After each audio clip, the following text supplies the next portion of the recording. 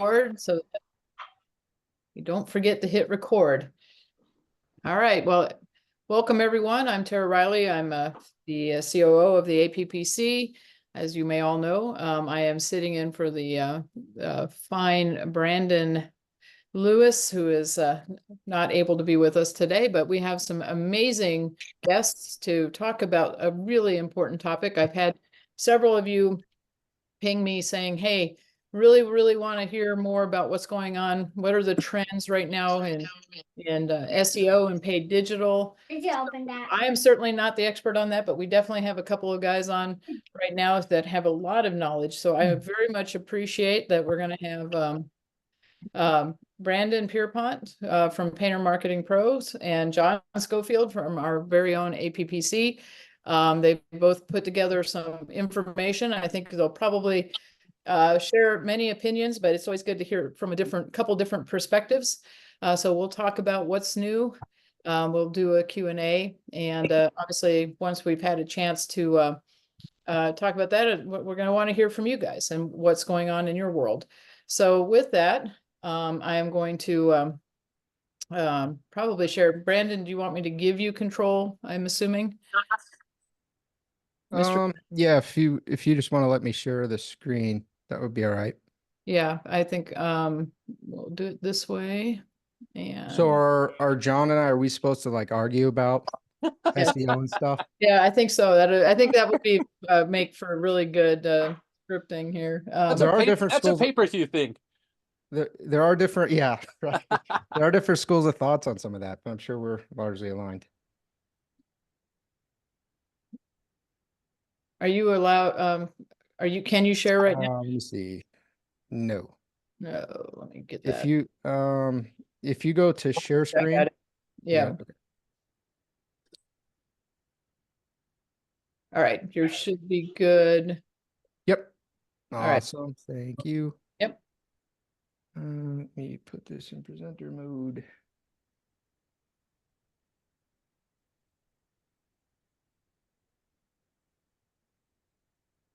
All right.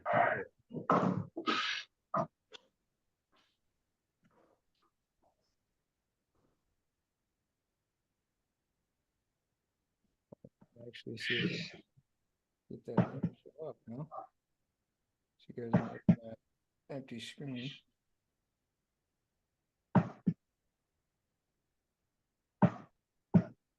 You got it. Just about.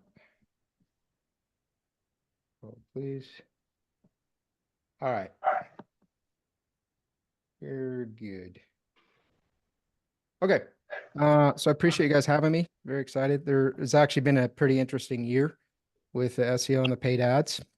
Not always necessarily good things, but interesting and things to be aware of.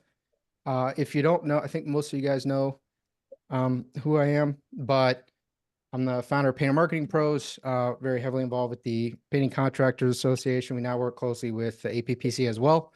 So super excited for that partnership to expand and continue to develop. We have a lot of accolades, Google partner, Facebook partner. Right down the road, Scott Carpenter. And then we work with a lot of fresh coat franchises, where Tara and I really started working closely together, actually. We won the 2024 Industry Partner of the Year at the PCA Expo, which was a really big deal to me because there are a lot of industry partners. Sherwin-Williams and Breakthrough Academy and tons of industry partners, so that meant a lot. And then we're regular contributors to In Paint magazine. I've written a couple books, and we've been in this space for a long time. Okay. All right, so some major updates that happened from Google this year, which is really interesting. January of 2024, they had an openness update. That's what I'm calling it. So for Google Maps, so the Google Business Profile, if you list it as open, it ranks higher. This has largely been suspected to be the case. It's even more so now. So that means if you say mark your business hours as 9 to 5 and someone does a search at 6 or 7 p.m., they are more likely to find a company that is still listed as open if you're listed as closed. It makes sense if you think about how Google thinks about this. They're trying to provide the best user experience possible.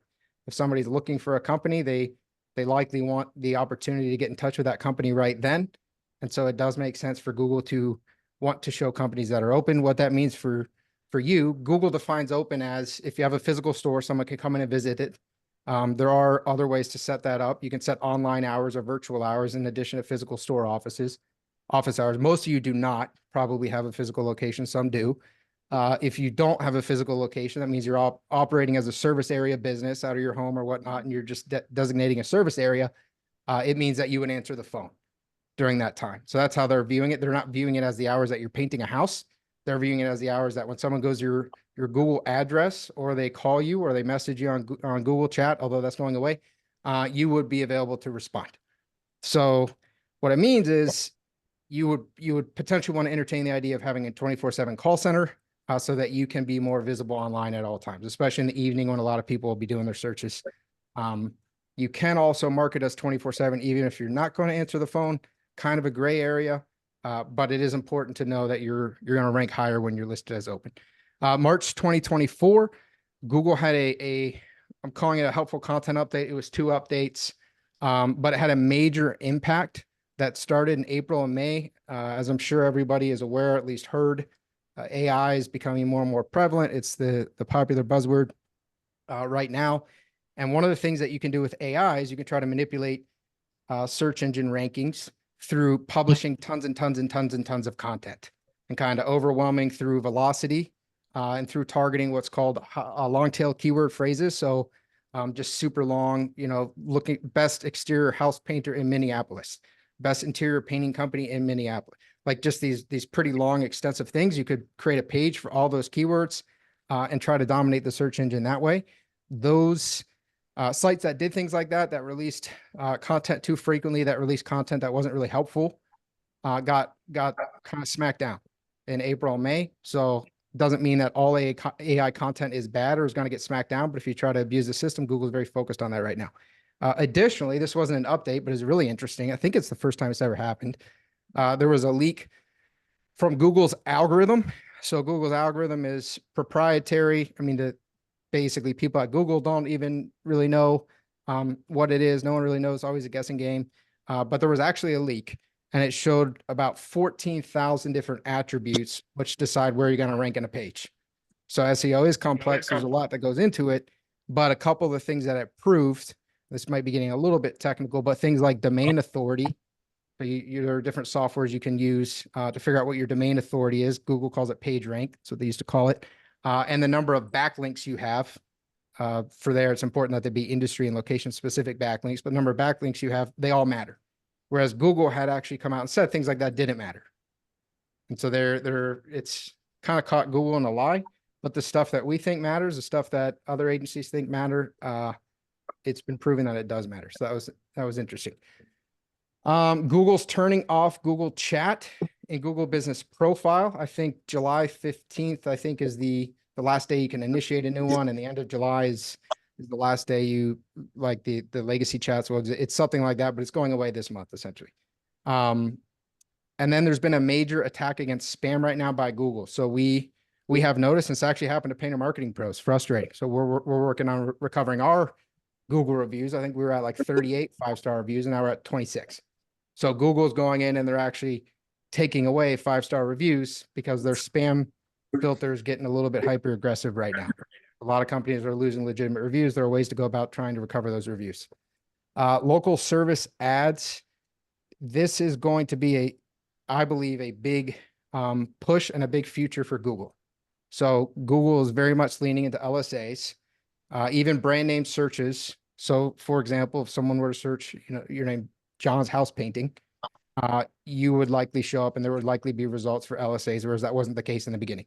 Before, it would be painter in Tampa or best painter, painting company near me. Those would show up. Brand searches wouldn't show up. Now they are. And LSAs are likely to continue to be pushed heavily by Google. So don't sleep on these. Google's local strategy seems largely focused on it. Again, if you think about Google's aim, Google is attempting to maintain their position as the world's dominant search engine. They monetize themselves through ads, through Google pay-per-click, things like that. People use Google because it provides them a good experience. If we go into Google, we're going to likely get results that will satisfy our query, so to speak. They'll give us the information we're looking for. And so Google, if you're looking for a local business, LSAs is a really good, I mean, it's really applicable. You win, I'll get through some of the ways that you win on LSAs, but it tends to mean that it's usually pretty good companies that are in the LSA, meaning that the user is likely to have a good experience when they contact that company. So Google pay-per-click is often prohibitively expensive for painting contractors. The cost per click has really gone up over the past 2 years. Google LSA, this is super important, super important. It is likely going to go to a cost per click model. So Google pay-per-click is exactly what it sounds like. You search. The cool thing about Google pay-per-click, which is the traditional Google ads, is you can say, I want to bid on Painter, Wisconsin, Painter, Minneapolis, right? So you want to bid on that keyword.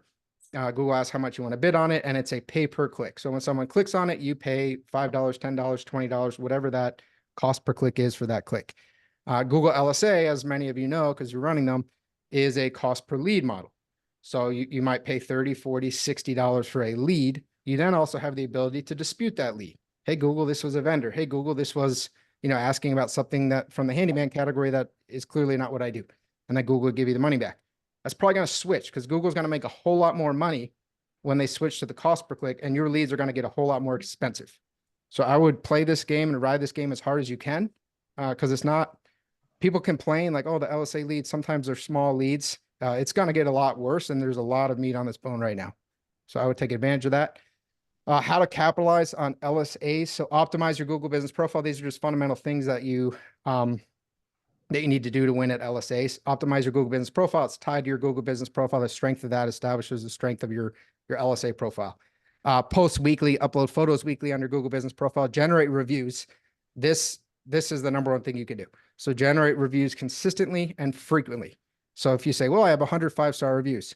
Great. If you haven't generated a review in the last 3 months, that's a problem. So you have to do it consistently. Google wants to see consistent reviews. They do discount old reviews. So it has to be consistent cadence. Answer leads immediately through the LSA app. Even people who are running local service ads, we don't see them tend to do a great job at lead handling. So there's an app on your phone, answer it. Because again, what does Google care about? They care about the customer experience. If people are calling and you're not answering, then that's a negative customer experience, meaning they're going to ding you because they don't want to show up and put their check mark next to you and say, Google guaranteed, oh, this company doesn't even answer the phone. Well, thanks, Google. And if you miss a call or a message, reply back through the app. Another mistake we see people make is calling on their phone outside of the app. Well, then Google doesn't have a way to track it. You want them to track and know that you replied to that lead. And then when you get a lead and you get a project through the LSA app, get that review on the actual LSA platform. You can get it on the LSA platform. It's important to build up your reviews on LSA. Above beyond stuff that we do, we do press release syndication, backlinking, and some stuff that I wouldn't probably recommend you guys try to do independently. But optimize the Google business profile, get really good at generating reviews, be responsive to your leads, and get reviews in the LSA app, and you will do well. SEO best practices. Important to build a well-optimized website. The fundamentals still stand. Freshness is really important. So you want to put up the pages and all the pages for the major keywords you want to rank for and create a great site, but you want to continue to add content, whether that's in the form of new service pages, of new service area pages, of new blog pages, of press release pages on your website. You want to continue to put updated content on your site because freshness is important to Google. Generate valuable content. So this is getting even more critical. That's why we call it helpful content. If you put up just noise, just AI noise, it's now going to be penalized. Google's looking for that because, again, they're trying to protect their search results because if people are searching and all you're finding is a bunch of spam, essentially, from AI, I'm not going to keep using Google because it's not adding value to my life. So ensure the content on your sites is high caliber. Create industry and location-specific backlinks. Backlinks do matter. And then over time, build up your domain authority. So domain authority comes from doing these things. It happens through high-quality content created on a consistent basis. Building links, generating reviews. Remember, your Google business profile is tied to your website. And then even through things like effective email marketing, this goes maybe a little beyond the scope of this, but you can actually drive traffic to your website, which can help your website rank higher. Paid ads. So Google pay-per-click continues to be quite expensive. If you're a sizable company and you have a budget, I really recommend $3,500 and up a month of ad spend to be seriously entertaining pay-per-click. Then it can work, but you have to have a budget. I would not enter pay-per-click at $1,000 a month. Google LSAs will become more important and more expensive. Next time can be Sales high process pain, just throw a gallon of chocolate and see it. is Just leave critical. them a half gallon, yeah. Guys, make sure Buyers- you Sorry, You Brandon. all send me the voice. I'm trying to All find. right, bye. I think you can just mute. Okay, sales process critical. So buyers are taking Hey, longer to Brandon? close. Brandon, I'm gonna mute everybody and then you'll have to unmute yourself. Yep. Give me just a Sounds second. good.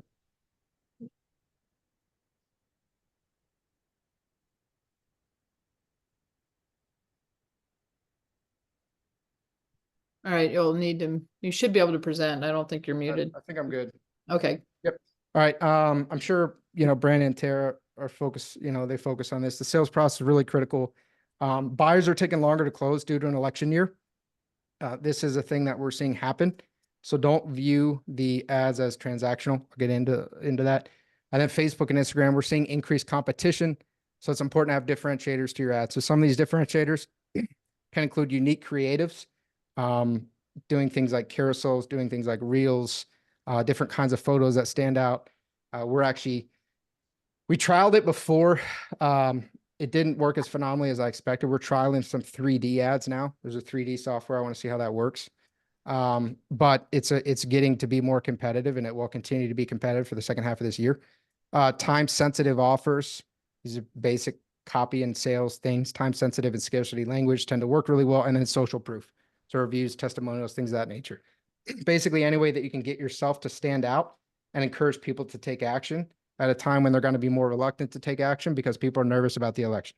And they kind of, in election year, second half of election year, people want to hold on to their wallet, kind of sit tight and see what happens. So that means there's a little more barrier for you. The sales process, the effectiveness of your sales process will probably be extremely critical for the remainder of this year. Speed to lead, super critical. Paid. So if you guys have ever heard me talk about anything, speed to lead is massively important for me, especially with things like paid social, because it's interruption advertising. You need to be all over that lead. Build value through automated and manual touch points before your estimate, deliver a world-class presentation and present the quote on the spot, and then have a strong automated and manual follow-up process. It's more critical now than it's ever been. And I recommend that you, rather than look at your leads every month, you should look at how many leads you're getting a month and your cost per lead that month and close rate and things like that. I recommend you start to look at it on a 3-month rolling basis, especially given that the buying cycle is elongating now. So I would look at that as a 3-month basis and say, okay, how many opportunities from the past month or the month before are still outstanding? And then what's your close rate over the past 90 days? How many leads did you generate? That's how I would view it.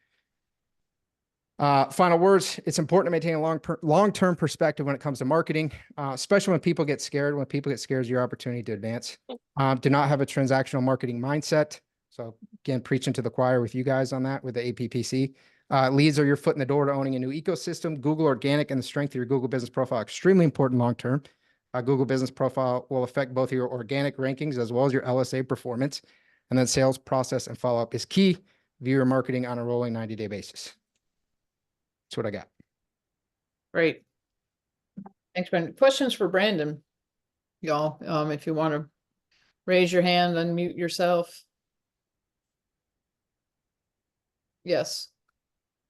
Mallory, is that a question? Go for it. What do you mean speed to lead? Yeah, so we use a CRM called Go High Level.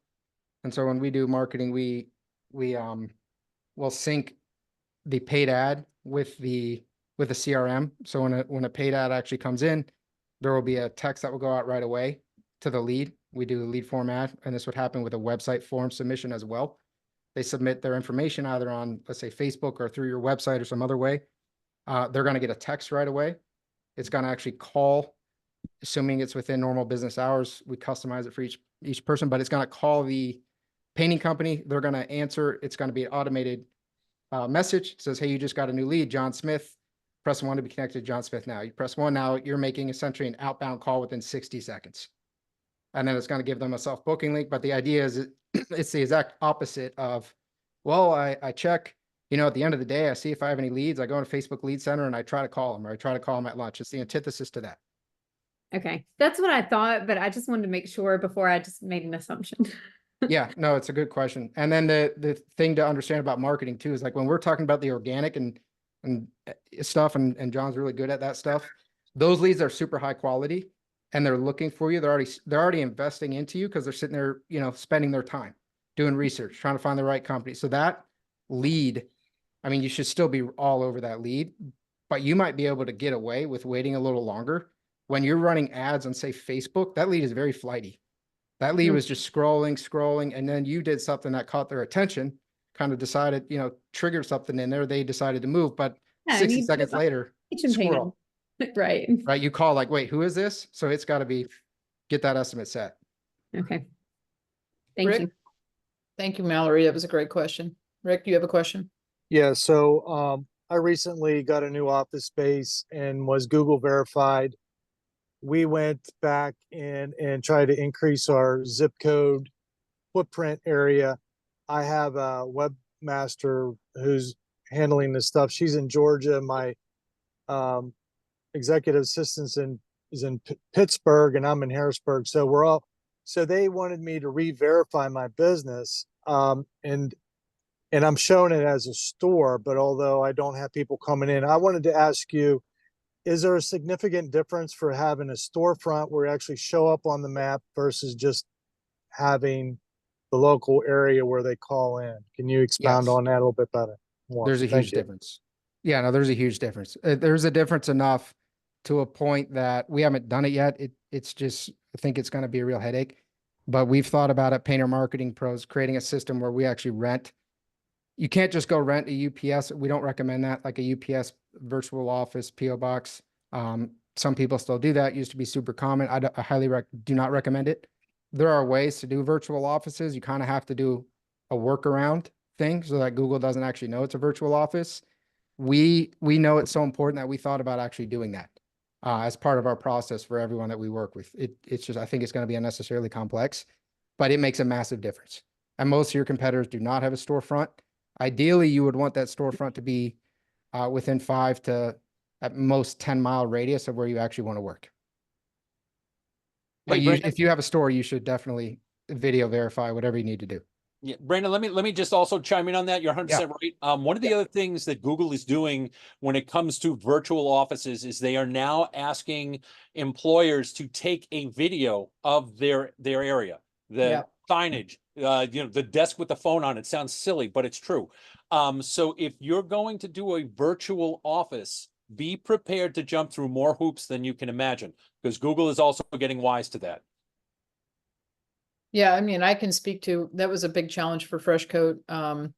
Way back, 10 years ago, that's our recommendation was get a UPS store mailbox in the middle of your territory to get that pin in there. And we had, at one point when Google started saying, hey, we're not accepting these kinds of, just a PO box, right? Or even a Regis, like a virtual office, we had probably had, 70 or 80 people get unverified. So it give you an idea of how, thinking that a virtual office could be the option.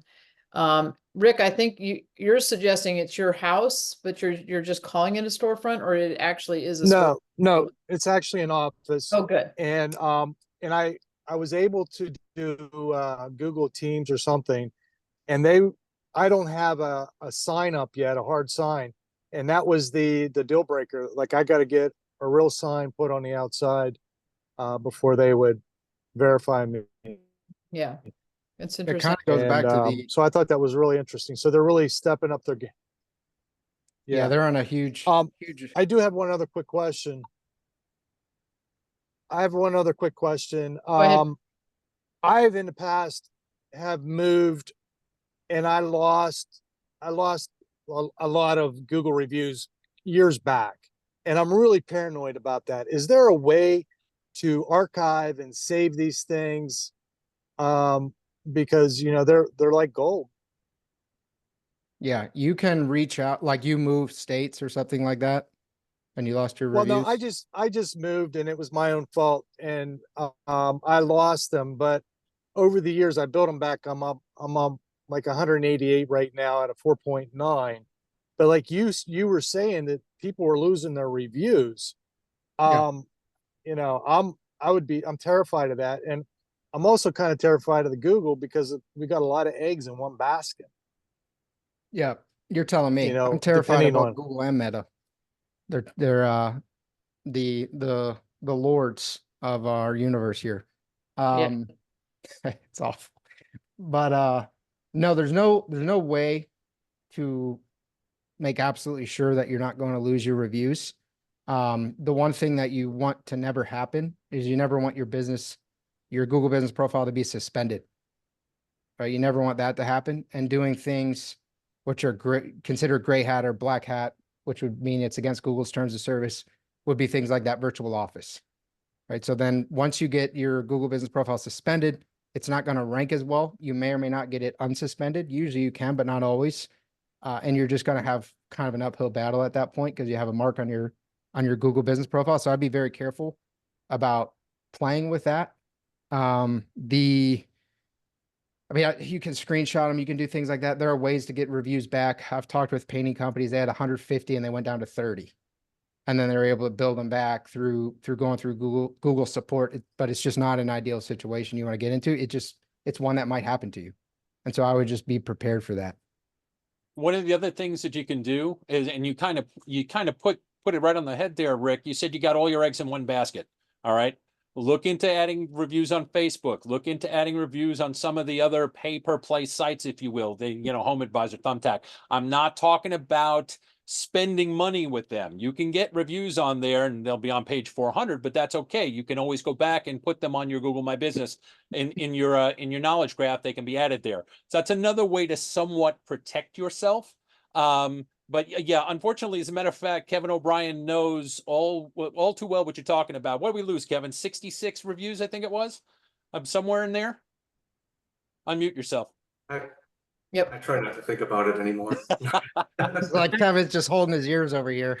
I still have several that just, I watched them hit submit and we never saw the review. Oh, here's one of the other things, and this goes right back to what Brandon started with, the big spam rollout that Google is dealing with.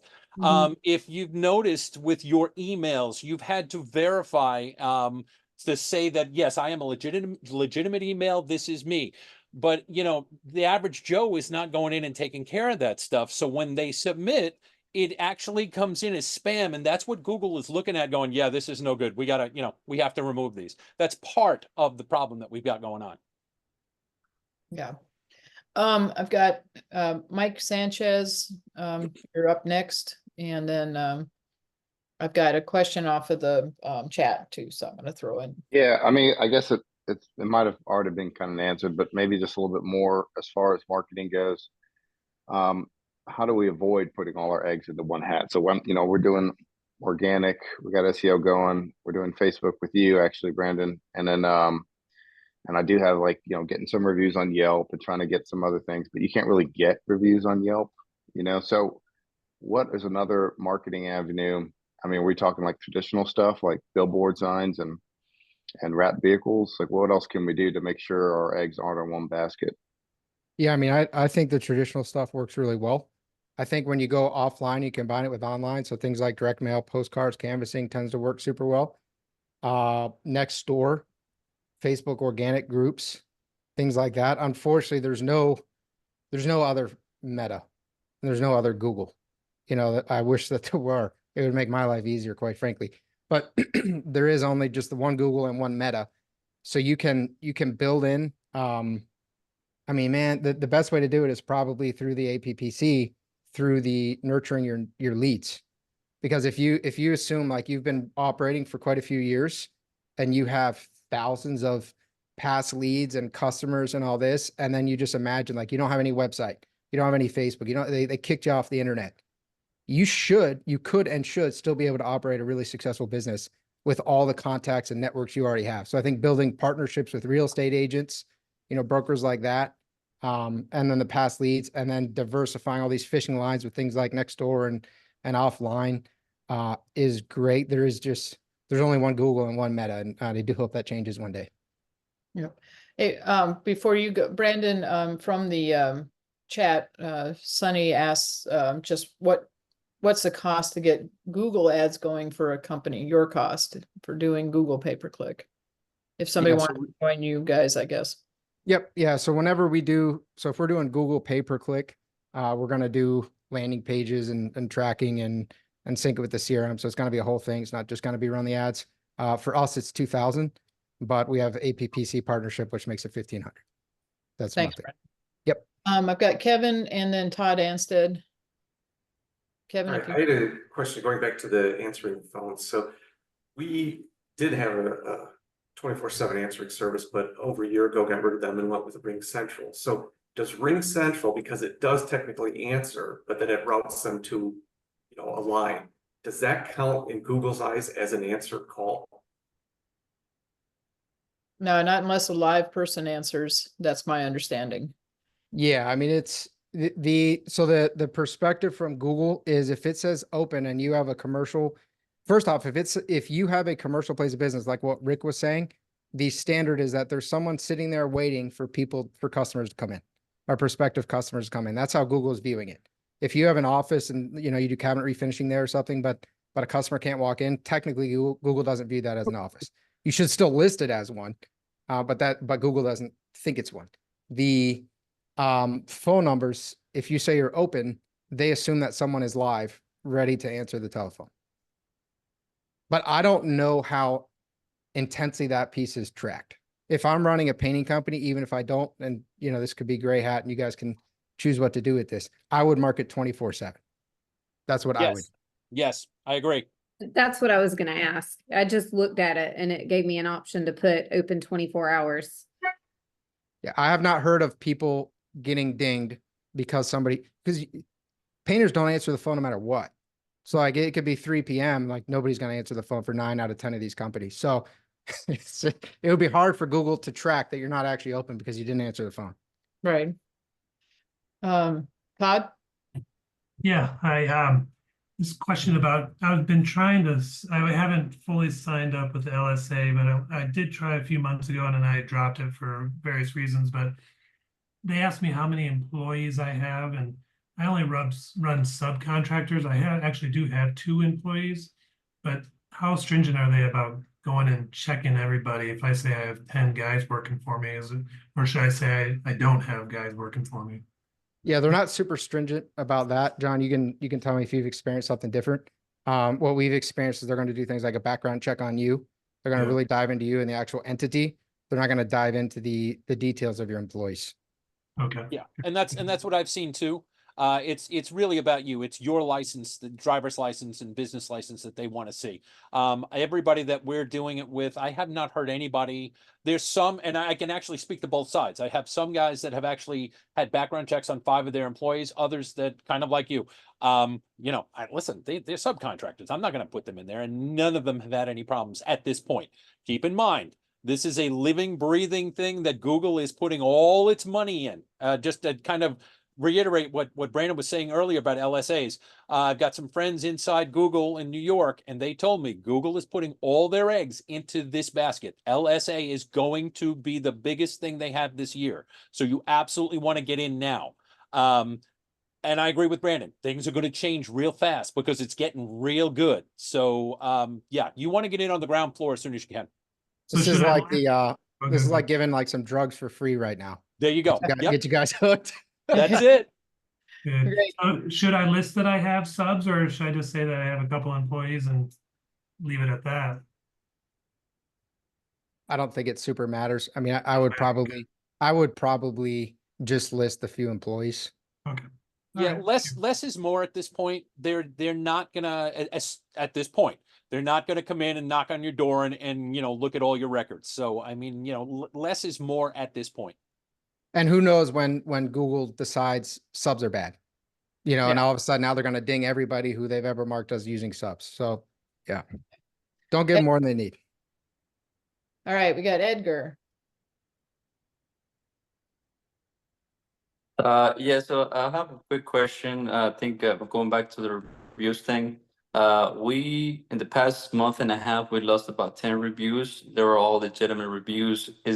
And I contacted Google support and they put some of them back, but then they were gone again. Is there a way to keep on fighting? I sent another request and they say it looks like you already filled up a request for this and we got it taken care of. Any other ideas that I can do to get those reviews back? Yeah, I'll send Tara an email with the steps that we're taking so she can share them with you.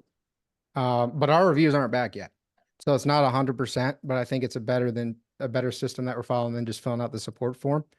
But I'll send that to Tara. but it's gonna have a Yes. link and multiple steps. It's gonna be a thing. I appreciate that. Thank you. Thanks, Edgar. Good question. Kevin? Just hold on. Can you come back to me on that one? Okay. No worries. All right. Any other questions before we come back to Kevin? Kevin, you might be up on it. All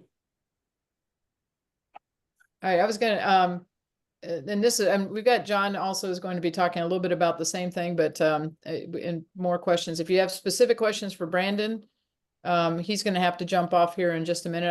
I do want to share, guys, you know, as Brandon mentioned, you know, I started working with Brandon when we were at Freshcoat.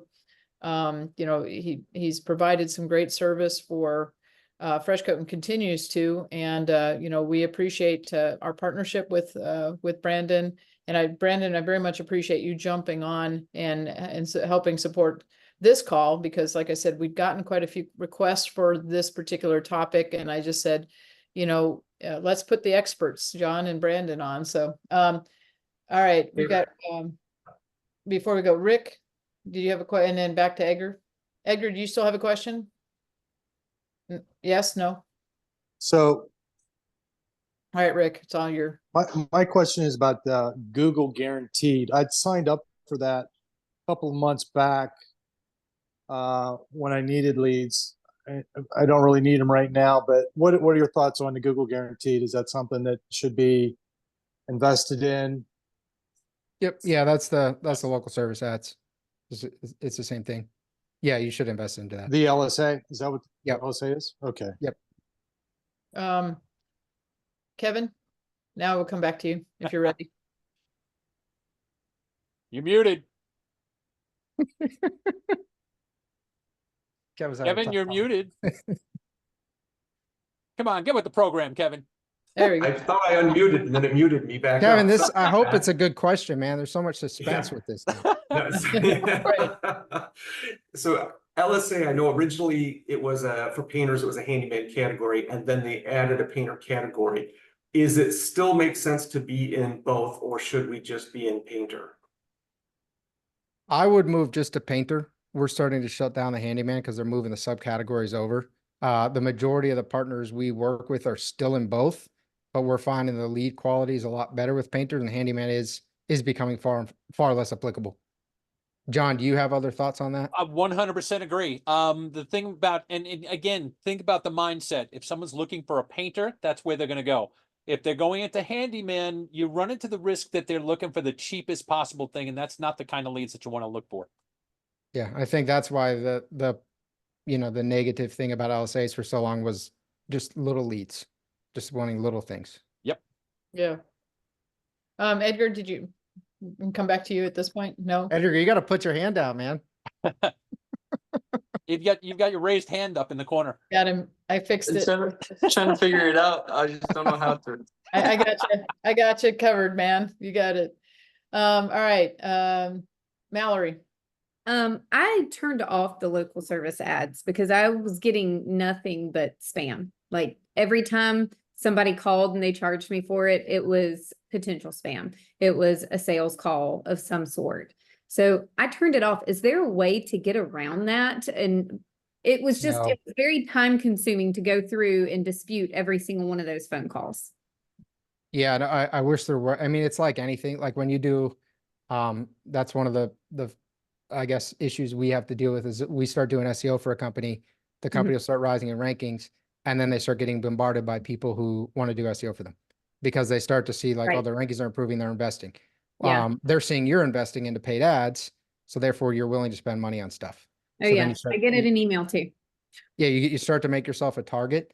I mean, it might be Good. kind of time consuming. I would, and again, I'm interested in hearing John's thoughts. I would play that game and I would keep doing it because if you're doing things like answering the phone, getting the LSA reviews through the app, And we again, have you're kind of setting a track record. So I don't hardly ever answer the phone. They usually answer it for me and send me Yeah. notification. Yeah, I would continue to do that even though you're having to deal with that because you're establishing a track record. And as this keeps getting better, you can be ahead of the race versus if you just turn it off now and then later decide you want to start, you're kind of with everybody else. Okay. And Mallory, I think I've said this to you before. The good news is you're going to get found. The bad news is you're going to get found. Yeah. Okay, that's really what it comes down to. Again, you got to think of, it's a double-edged sword with everybody. It's going to be a double-edged sword. You're going to get the garbage and you're going to get the ones that are worthwhile. It only takes one job to pay, more or less pay off the month what you're going to spend. So you have to think of the positives on that. Yeah. Right now, and again, it's still the Wild West when it comes to LSAs. So it's going to be one of these things when you're getting these spam calls, these bot calls, that you're going to have to dispute them. And but it's also a learning curve for Google as well. When they get these disputes, believe me, it's not just like they check it off and they go away. This goes into their data bank and then they go, okay, what's happening here? Why is this happening? What can we do to make it better? That's really what it is. But I agree with Brandon. Look, just stick it out, keep going, and it will eventually get better. Okay. Excellent. I've got Michael Balding and Craig, did you still want to have a question? Okay, all right. So Mike, and then back to Rick. Yeah, I had a email a couple days ago from local service saying that they're going to be taking away the ability to dispute the leads and they're going to automate that and do it themselves.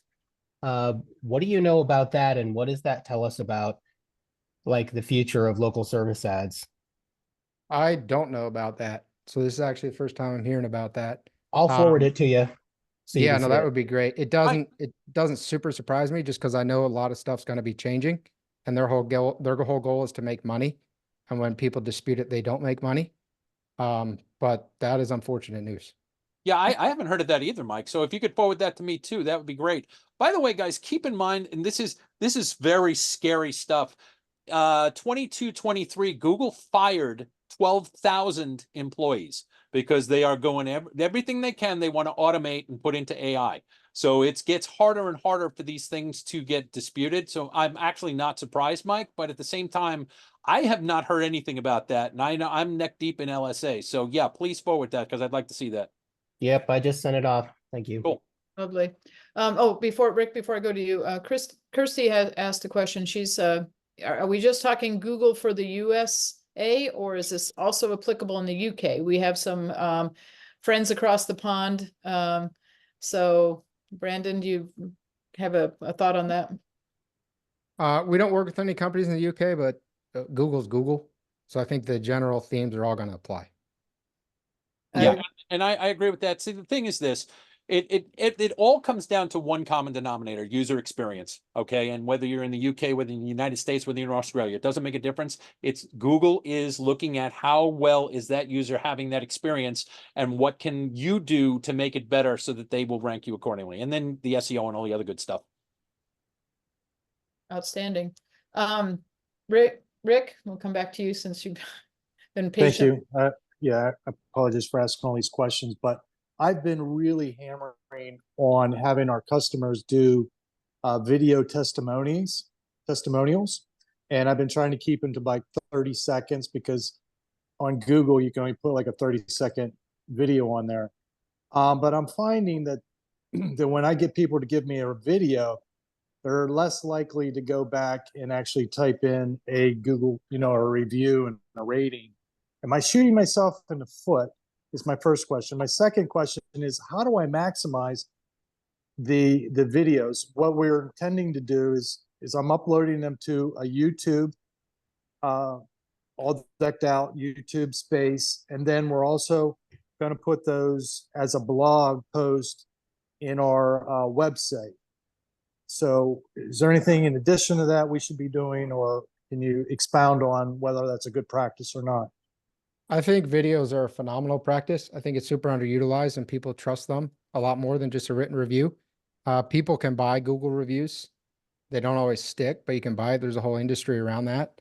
And so that means people don't fully trust them as much as they would a video. Are you shooting yourself in the foot? Yeah, a little bit, because you're making an ask and that ask is pretty big. And then you're making a second ask.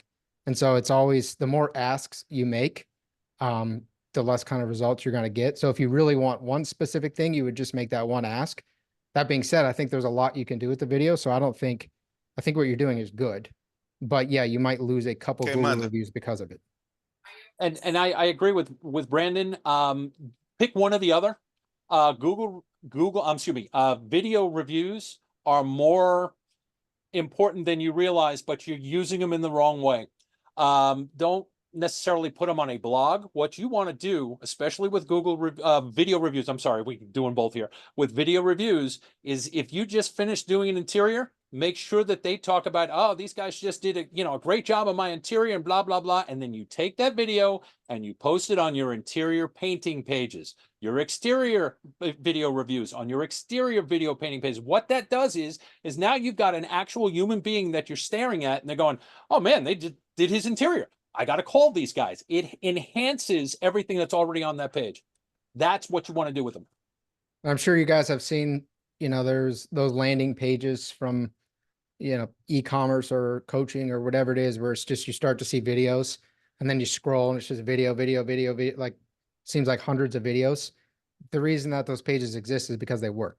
It's just a tremendous amount of social proof. So if you're able to actually get a lot of videos and then you look at all these other interior painting pages and they're all oftentimes saying similar things, but then yours has all these video testimonials, it's going to super stand out.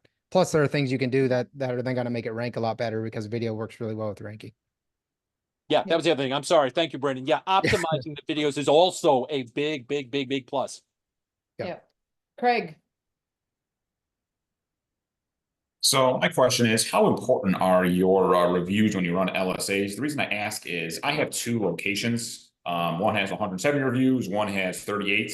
And for whatever reason, I have to run the LSA through my location with 38 reviews. I stopped running it because that seemed like everyone I was competing against had 100 plus. And it seemed it was killing my ranking. I was going to spend a lot of money on that. I just kind of want to get your opinion on it, what I should do about that.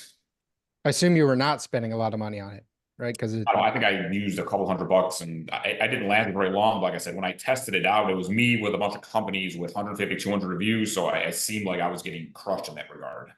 Yeah. I mean, the reviews are important.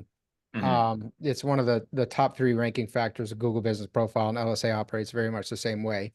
But that being said, if you're playing in the game and you answer the phone every time, you respond every time, you go back through the chat every time, and then when you get an LSA lead, you get a review on your LSA app, they're probably not doing those things because the vast majority of companies aren't. So I would focus, if for some reason you can only run it through that, I mean, it's still not a terrible number of reviews. A lot of companies have fewer than that. So I would focus on getting more reviews, but I would still play that game, and I would just get really good at playing the LSA game. Because it's not just reviews, but reviews is absolutely an important factor. Okay. Great questions, guys. Hey, John, I want to give you an opportunity. I know you had some thoughts you've been chirping in there, some great ideas. Is there anything else that you want to cover or you think we need to cover at this point? It's interesting. Brandon prefaced this whole thing with, we may clash. We're not clashing. That's the beautiful thing about SEO. We never clash, John. I just want to get the hype. It's absolutely awesome. And I'm agreeing with the 100% of everything that Brandon put out there. A couple of things that I just want to kind of add to some of the things he was saying. The March update, Google does 25 major, they do over 600 algorithm updates a year, but they do 25 major updates a year. And this one in March was a major update. Like Brandon said, helpfulness is the best way. Guys, common denominator over everything, user experience. That's what Google is looking to get. They want the user to be happier with what they're doing. So quality content. When Brandon was talking about AI, and that's really what I want to kind of jump in on real quick. I can't tell you how many people have said to me, yeah, we don't need you. We're going to use AI and we're going to make it happen. Remember this, it's garbage in, garbage out. If you're going to use AI, and Tara made this perfectly when she said, if you're going to use AI, treat it like an intern, okay? Interns can get the heavy lifting done, but then you better go in and you better make sure that it's polished and perfect and that it sounds like you want it to sound. If you're just going to go into ChatGPT and go, hey, write me a page of interior painting for Minneapolis, and thanks, and you're just going to take it verbatim and put it on there. That's the kind of stuff that Google is looking at going, yeah, this ain't going to fly, especially if you're doing, tens of pages a week. Remember, every time Google comes in, they're indexing your whole website. So if all of a sudden you've got 40 pages of stuff, they're going to be like, whoa, wait a second. And they're going to look at it more importantly. That's very important to think about. The more you use AI, the more you need to understand how to use it.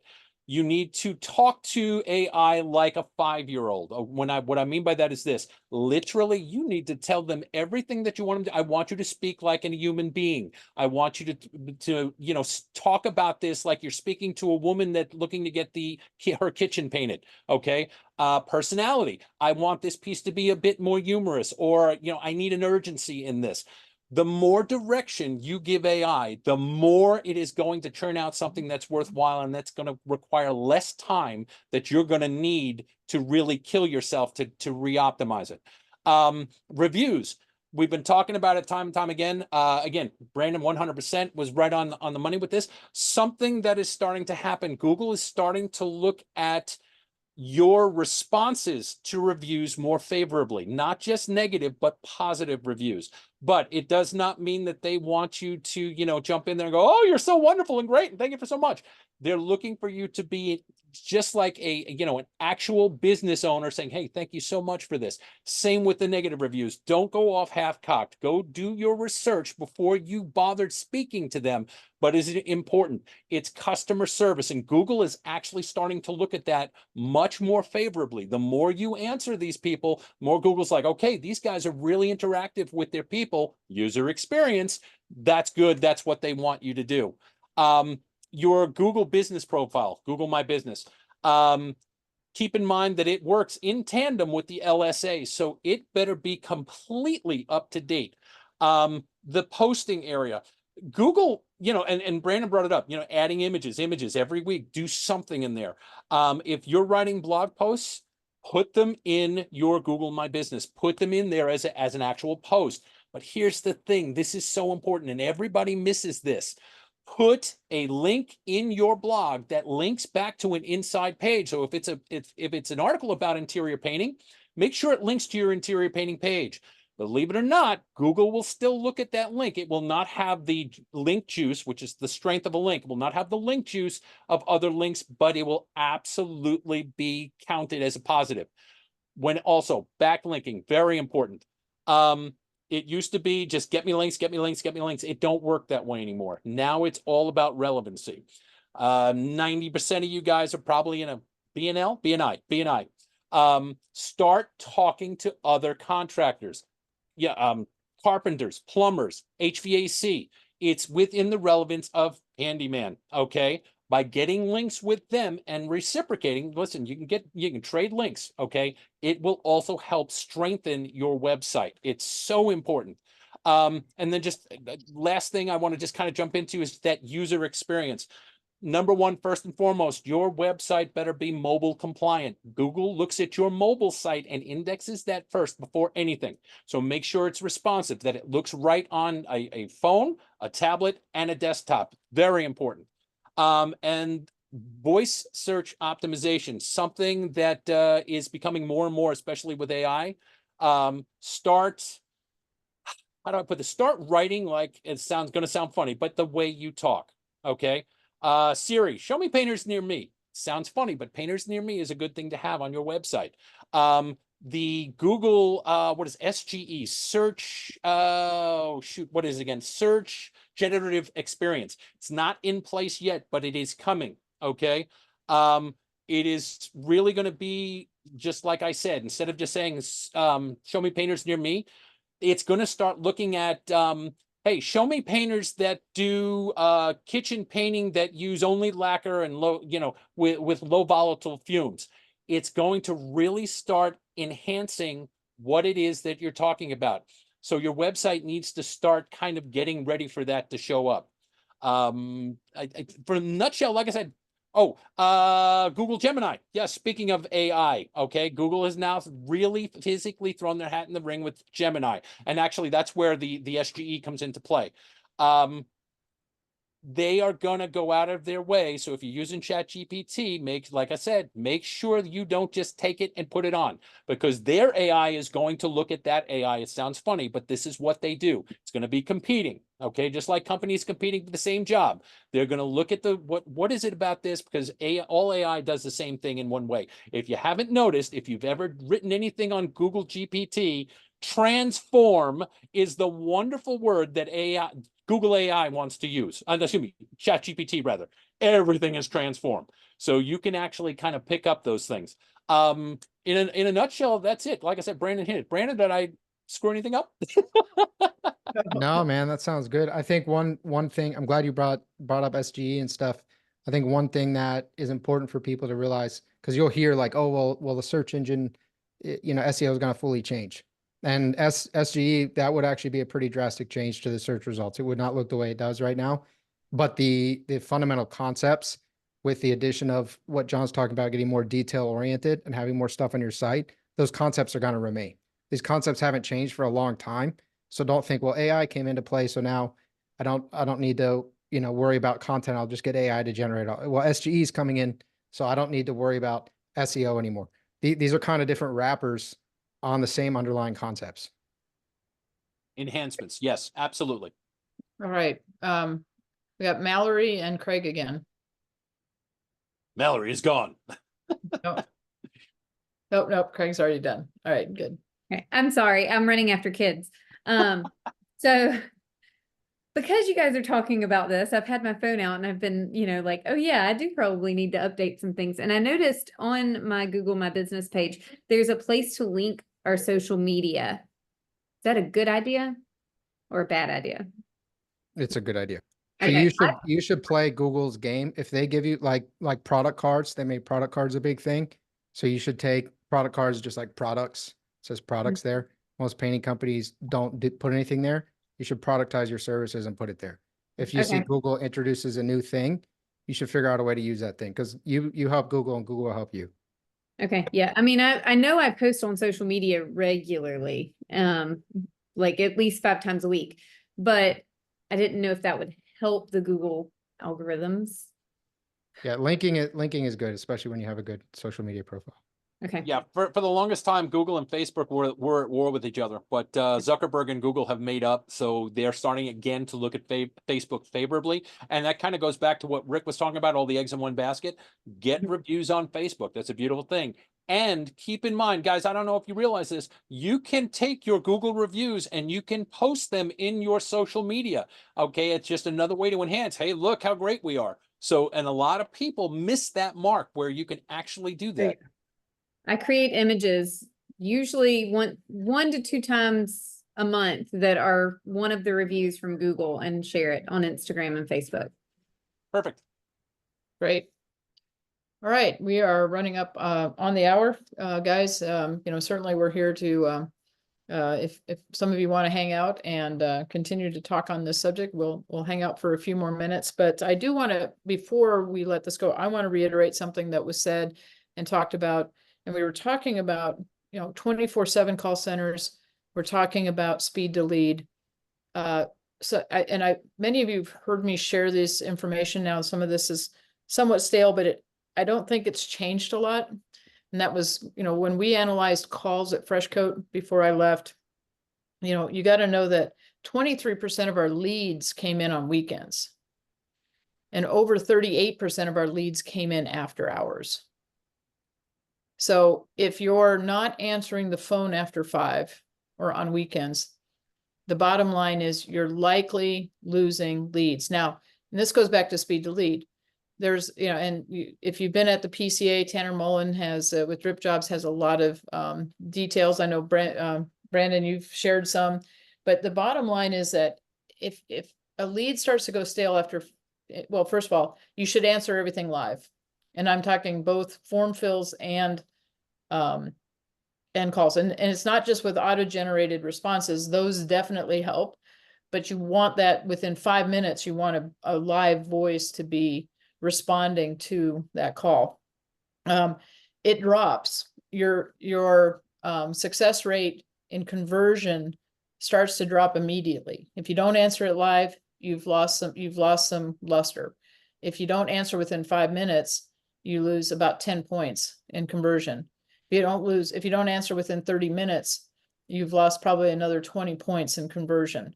The bottom line is it is huge. And I think we underestimate the number of people that call, text, and form fill in the evenings and on weekends, because that's when they have time. And so, it's great. We want to run our business. Hey, you guys own your businesses. I tell business owners this all the time. Bottom line is nobody can tell you how to run your business, but all we can do is give you good information and let you make good decisions. And the bottom line is nobody can tell you that you got to answer your phones after hours, but the bottom line is that those that do win. And there's a lot of leads coming in. Larry, go ahead, jump in. You're gonna have to unmute though. The speed to lead, I don't know if I missed that in the beginning. Speed to lead, is that a call service or what? No, speed to lead is a sales term that is commonly used because it is critical. We call it a key success factor. So when you think about your businesses, you'll hear us talk about metrics like KPIs, key performance indicators. Those are numbers. I'll use a term, it's called a key success factor, and that is a behavior in your business that leads to improvement in a KPI like conversion rate. So leads that come in don't convert at 100%. You don't get to 100% of the leads that come into your business. Most businesses don't. If you're lucky, you're at 85% or higher on conversion. But I've seen people be as low as 30% capture rate or conversion rate, whatever you want to call it, of actual leads that come in that actually turn into quotes.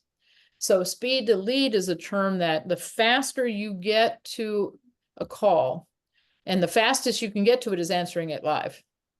So if somebody's calling you that's wanting to book a quote or do business with you, the fastest you can get to them is answering it live. So that's called you're speeding to get to the lead. And that's what we're talking about.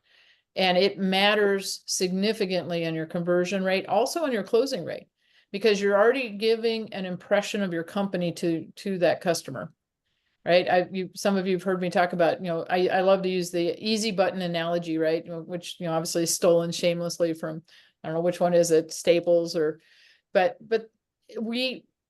customers are more likely to trade with you at a higher dollar amount if they trust that you're going to make it easy for them, right? So what makes it easy for them? Oh my God, I called and they actually picked up the phone. And 5 other painting companies, I'm still waiting to play phone tag with them to see if they're ever going to call me back, right? So when you're the one who made it easy for them, you're already winning.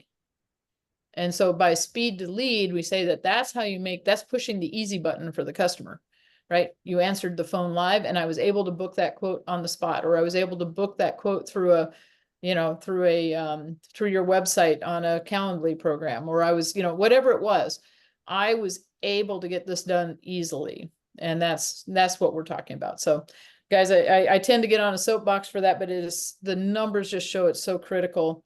Go ahead, Larry. So can you get a call center to answer your phones only at certain times then? Yes. So you're not having to answer it 24/7, Right. Okay. Yeah. So a lot of people will use a rollover. So what you'll do is you say, if I don't answer it within 3 rings, it rolls over to the call center and then the call center answers. And that happens. You can do that 24/7. You can do it after hours only. I recommend, that you always have a call center on backup, and so that your phones are always answered live. Nothing screams, I'm not a scaled professional business more than not answering your phone during business hours. And it's pretty scary how many people don't answer their phone during business hours, but that's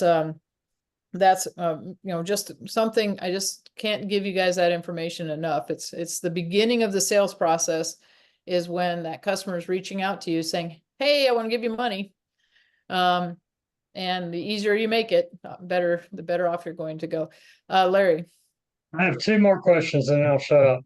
Are the call centers, do you have one or 2 that you recommend? Yeah, we work with Maximum is the call center that and I believe they have a preferred rate for APPC members. I don't have I apologize, I don't have their contact information right on me, or I would send it out. Tara, I have to run. I Yep, appreciate thanks, you guys Brandon. having me. Thank you. Bye. My other question was for Brandon. Do y'all build websites? Hey, Brandon just bolted on you. I apologize. We build websites. I know John builds websites, and and Brandon, you'll have to maybe reach out to him. He does. Yeah, that's what I thought. Yeah. There's a local company near me, near in the city next to me that I think they're called propainters.com. They build websites too, and they help you market it and do SEO. So I was wondering if that's why I was asking about Brandon. I wanted to compare the two and see which. And but that they're specifically, they work specifically with painters. So Yeah, let me kind of answer that, and I can speak for both Brandon and myself. Both of our companies are painter focused. That's what we do. We don't do HVAC, we don't do roofing, we do painting. And again, I'll speak for Brandon. Both of us have been in this business for more years than I want to count. And everybody's a one-stop shop. Okay, Brandon is okay. SEO, making a website sticky, the marketing behind it, all of that we all do. So yeah, I can literally answer for all of us. It comes down to cost. What do you want to, what are you going to spend? What are you willing to pay? And are they willing to go above and beyond to make sure that what you really need? Because listen, anybody can build a website. I can go down the street and I can get Bob to build me a website. Does not mean it's going to have all the requirements that are needed to get that website to be sticky. A lot of people don't think about the optimizing for accessibility. Okay, your website should be set up so that people with vision problems can click on a button and be able to expand it. Okay, the phone thing that I was talking about, be able to resize automatically. These are things that are so important when it comes to building a website. To kind of answer your question, Larry. yeah, the question real quick. I got so much stuff going through my mind. So both you and Brandon build websites, but you're separate companies. Yeah. Yes. Okay. Yeah. I mean, the bottom line is we knew that we wanted, Brandon works at a higher, basically he works a little bit at a higher level, especially with paid digital and stuff. We wanted to make sure that we had a good partner for our members, who with a proven track record in that realm. The bottom line is that, John builds some amazing websites, or, John, how many companies do we have right now that we're working with? More than a little over 40. Yeah. So I remember my question. What platform do you build your website on? Is it proprietary, or do you use like WordPress or what? We use WordPress sites, but what we do is to protect it. We require that the company that wants to work with us, they have a 1-year maintenance contract with us, because this way we put it into a monitoring system, the best monitoring system in the United States, to make sure that there is no malware attacks that can get in there and cause problems. Absolutely. So I mean, I'm not saying that I would do this, but let's say that I started working with you and a year later, I want to tell somebody else I like better. Will I be able to take that website to the next person, or are they going to have to start over? Nope, website's 100% yours. You buy it, you keep it. Okay, that's so. Yeah. I got into a problem with one person. They had a proprietary website, and I really didn't like them, and then I had to start over with another person. That's where I'm at now, and my website's on WordPress. Yeah. Oh, You had a question at one time. Do you still have a question? Welcome aboard, by the way. I think you might be the absolute newest member. Hello. Yeah. Hello. Carl? Yes. Yeah. Go Can ahead. you hear me? Sure. Yeah. John built my website, and he's very, very on top of it. He answers the phone calls right away. He's got me ranking within a few months.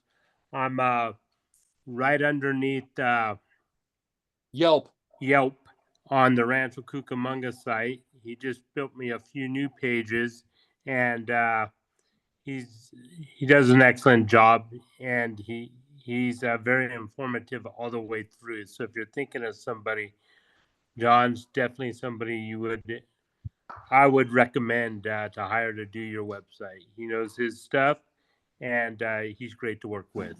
And I did not pay him for that. Or offer any free service.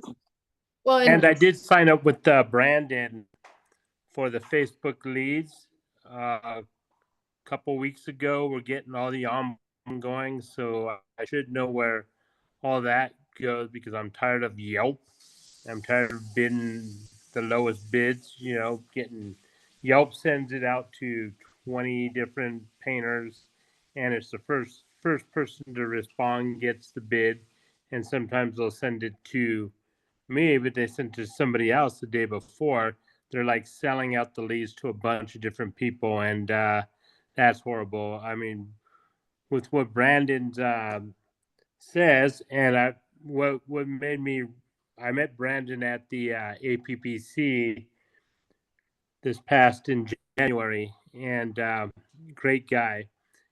And I decided I wanted to hire him to do the Facebook leads. And his guys are on it too. They call me. They're very, very much on it, making sure everything's getting down. And I do have one problem with Facebook getting hacked and my Google getting suspended prior to dealing with John and them. So I'm working on that suspension. What a pain in the yin yang. Yeah. But I'm still ranked right underneath it. That maps is a pain. Yeah, a couple things. First of all, guys, if you're needing the contact information for Maximum, thank you, Michael, for putting that in. He's always got my back. I appreciate that. We've got and a couple of kudos for Maximum. And then John, you had a question, John Panu, you have could we speak to the value of updated content on a website and what weight that has in SEO? How often and what type of content helps the most?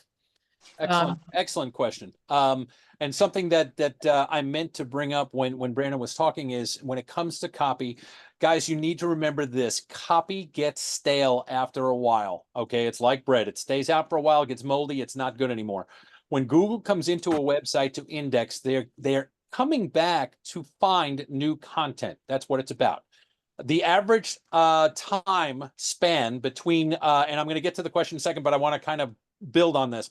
The average time that it takes Google to come back and look at a website is anywhere between 6 to 8 weeks.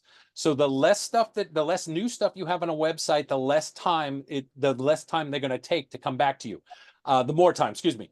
Perfect example, CNN.com gets indexed every 15 minutes because it's a news site. So it's constantly got new content. That being said, if you have a website and it's been live for 8 months and you have added nothing to it, Google will come in there and start looking at it going, okay, these guys probably just paid for hosting. They're not alive anymore. So we're going to start de-indexing what they have. They're going to start removing your rank and you're going to lose. You got to think of the internet as a river, okay? And you're on a boat on that river. And if you sit in the dock, everybody else is going to pass you by. So it's constantly important to make sure that you update. A monthly blog is absolutely essential because at least when they come in the next time, they've got something new to look at. Now, going back to the type of copy that you write, it is important to remember whether it's a blog post, a blog page, it doesn't make a difference. Every page needs to have a common denominator. What's this page about? If you're going to write a blog about interior painting, then it better be just about interior painting. That also includes, and everybody forgets this, if you're doing it yourself, the URL needs to be optimized. So if you've got abcpainting.com/blog, that's not going to do anything for you. It should be /interior-painting-Minneapolis or whatever it may be. It is every place you can go to get SEO onto a page is essential. Also with your images, okay? Before, and everybody does this. Nobody, I've even done it myself, so I can't even, not point the finger at me. Before you add an image to the back end of your site and use it, 99 times out of 10, that image link is like xb1443.jpg, okay? You can rename that to interiorpainting.jpg, then add it to your website because now the file name has got your SEO. When you add it to the page, you add the alt tag, which is alternate text, which again, SEO, interior painting wherever, okay? So you get all that extra SEO added to your website. Very important. Does that kind of answer the question? Who was that, John? Yep. That was John Panu. All right. Thank you. And that was a good question. Craig, you have another question. Yeah, I know you mentioned adding content's important, which I kind of knew. How important, if at all, is updating content? So, my pressure washing page, should I go in there every 6 months and just reword it and change it, or is it just fine to let that page just ride? Again, just like I said, copy gets stale. So if you Okay. don't do anything to it, yeah. I like to make sure that you swap out the pictures every once in a while. Again, just add something. Changing just a word or two will do absolutely nothing. Okay. If you're going to rewrite it, rewrite it. That's what's important. Pressure washing, just FYI, I'm going to warn you right now. It's one of the most competitive areas. You think painting is competitive? No. Pressure washing is nuts. So if you think you're going to get ranked for one page in pressure washing, not going to happen. It's going to require multiple pages. Again, when it comes to SEO, guys, you need to think about think of your SEO as a fishing net, your website. Okay, the less pages you have, the smaller the net, more fish pass by. Not everybody searches the same. So if I said to you, Rick, hey, let's Google a Corvette for sale. You might do a 66 Corvette convertible. I might do an 82 LS1. We're searching for the same thing, but looking differently. So it is important to make sure that you're using multiple keywords on multiple pages. Does that kind of answer the question? Yeah, I have a follow-up question too, now that you mentioned that. So I rank terribly for pressure washing, and it's been a bit of a point of emphasis for me because it's been fairly lucrative for us this year. How important is it to have, so my company name is R&J Painting. Is that going to harm my ranking? I mean, one of the guys I kicked around is creating a separate company, just R&J Pressure Washing. I mean, is that big of a deal, or are my issues elsewhere?